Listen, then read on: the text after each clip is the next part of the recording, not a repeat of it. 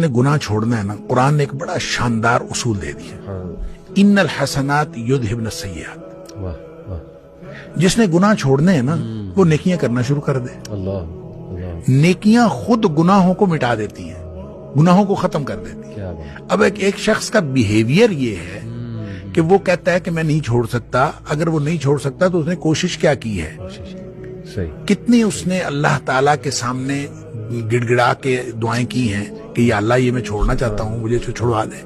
कितनी उसने नमाजें पढ़ी, कितने उसने नवाफिल पढ़े हैं, कितने उसने कुरान पढ़ा है, कितना वो बदनजरी से बचने की कोशिश की है, कितना उसने क्या है कि उसके बाद वो कहे कि मैं छोड़ नहीं सकता। उसने अगर एक भी नेकी की हो, ये मुमकिन नहीं है। देखें, दो चीजें हैं, एक है नेकी और फिर नेकी का रवैया, दूसरी चीज है बुराई और बुराई का रवैया।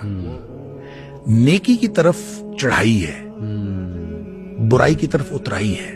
सही, बुराई में बहुत जल्दी आप चले जाते हैं, नेकी में अपने आप को बड़ा बांध के ले जाना पड़ता है, बड़ा जोर लगता है। तो लिहाजा अपने नफ्स को पूरा बांध के ऊपर चढ़ाना पड़ता है। और अगर वो कोई नेकी की तरफ आता है तो ये मुमकिन ही नहीं कि उसकी तबीयत के ऊपर, उसके दिल के ऊपर, उसके दिमाग के ऊपर उसके अच्छे असरात ना हो, ये मुमकिन ही नहीं।